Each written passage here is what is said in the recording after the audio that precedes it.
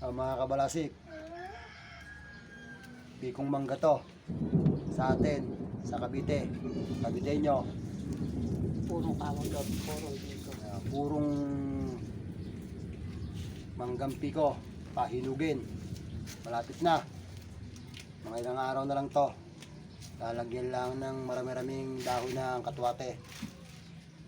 At pagdating ng 3 hanggang 4 na araw, dilaw na yan. Siyempre, mas masarap yan. Ito, ang kabati niyan.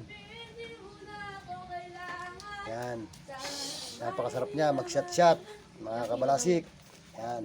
Alamang. 1.02. Yun. Sakto lang. Tinimbang mo na. Ilang piraso? Lima. Absent yun, lima eh. Lima. Mindset lang Pantayin yan. mo lang yung laki din.